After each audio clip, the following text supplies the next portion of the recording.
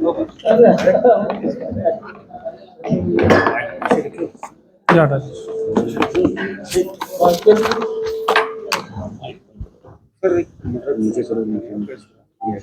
आप सभी लोगों को अवगत कराना है।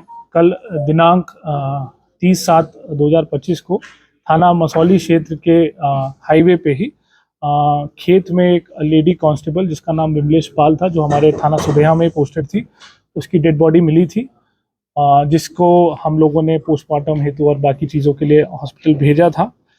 इस क्रम में आप सभी लोगों को अवगत कराना है कि आज इस घटना का हमारी टीम ने सफल अनावरण किया है, जिसमें एक कांस्टेबल जिसका नाम है इंद्रेश, उसको हम लोगों ने अरेस्ट किया है आज। और इसमें जो पूरी पूछताछ हुई है, पूरी जो जानकारी हुई है, उसमें ये घटनाक्रम सामने आया है, जिसमें ये जो दोनों लोग हैं, जो लेडी कांस्टेबल और ये जो जिसने घटना कारित की है इंद्रेश, इन दोनों ने पिछले साल कोर्ट में शादी करी थी। इसमें विमलेश ने पिछले साल इस पे बलात्कार का मुकदमा लिखवाया था। उसके बाद इन दोनों ने कोर्ट मैरिज कर ली थी और वो बलात्कार के मुकदमे में क्लोजर रिपोर्ट लगी थी। लेकिन शादी करने के बावजूद भी ये इसको पत्नी की तरह साथ नहीं रख रहा था, और जो ये लेडी कांस्टेबल थी, इसका ग्रीवांस यही था कि मुझे पत्नी की तरह ही साथ में रखो और प्रॉपर सारा फंक्शन वगैरह हम लोगों का होना चाहिए। इसी को लेके ये परेशान रहता था, क्योंकि ये इसको पत्नी के तौर पे नहीं रखना चाहता था। और इसी क्रम में इसने ये प्लानिंग करी कि इसको कैसे मार दिया जाए, क्योंकि ये यहाँ पहले भी पोस्टेड रहा है। ये जो व्यक्ति है इंद्रेश, यहाँ पहले बाराबंकी में ही पोस्टेड था, तो इसको सारे रूट वगैरह पता थे और इसको टाइमिंग भी पता थी कि कब जो रोड है वो सुनसान रहती है, कब पुलिस की ड्यूटीज कहीं और रहती है, कब ज़्यादा व्यस्तता रहती है। उसी को ध्यान में रखते हुए इसने ये प्लानिंग करी, जिसमें दिनांक 27/7 को संडे था। उस दिन रामनगर जो लोधेश्वर महादेव मंदिर है, वहाँ पे भीड़ रहती है और वहाँ पे इस महिला कांस्टेबल की ड्यूटी भी लगी थी। तो इसने पता कर लिया कि वो उसकी ड्यूटी कब लगी है और वो कब जाएगी। उसी का फ़ायदा उठाते हुए ये लखनऊ से अपनी वैगन-आर गाड़ी से यहाँ आया। इसने मेन रूट का इस्तेमाल नहीं किया, ताकि इसकी गाड़ी का कहीं पे भी डिटेक्शन ना होने पाए। वो जो ऑफ रूट है वहाँ से होते हुए ये मेन हाईवे पे पहुंचा। जब ये महिला वहाँ पे जा रही थी, इसको रास्ते में रोका, इसको बातचीत करने के बहाने से वहाँ पे रोका, 10-15 मिनट इनसे बातचीत करी और फिर वहाँ खेत में जब जो ये लेडी कांस्टेबल है, इनको टॉयलेट के लिए जाना था, तो ये जैसे ही खेत में नीचे उतरी, ये पीछे से उसको धक्का देके उनका गला दबा दिया, जिससे वो अधमरी स्थिति में हो गई। और फिर अपने कार के जो पाने से इस महिला के सर पे 3-4 वार किए, जिससे उसकी वहीं पे मृत्यु हो गई। वहाँ से फिर ये अपने दूसरे रास्ते से फतेहपुर होते हुए ये वापस लखनऊ भाग गया।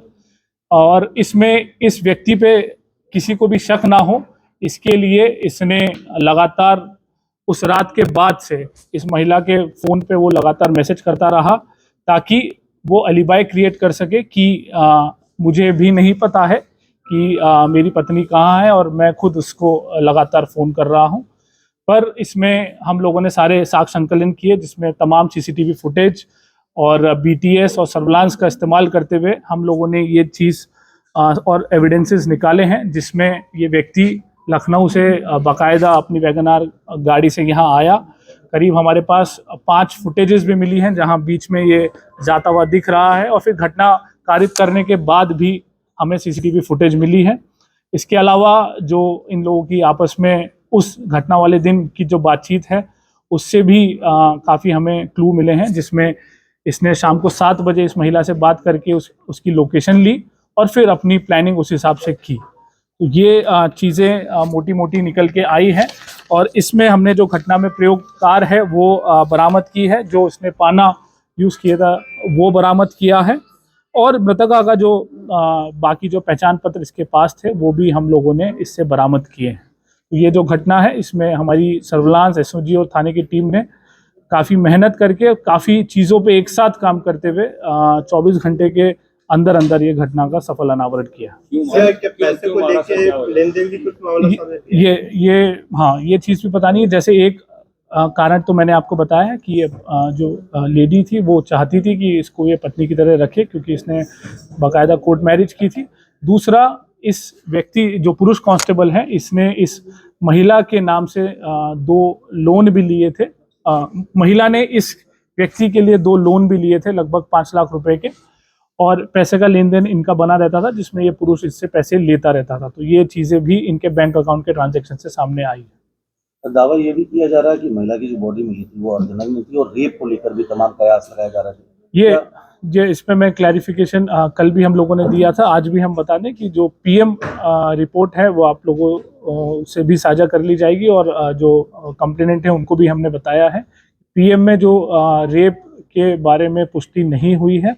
दूसरा जो मौत का कारण है वो हेड इंजरी है, जो कि पाने से जो उपयोग हुआ है उससे हुई है।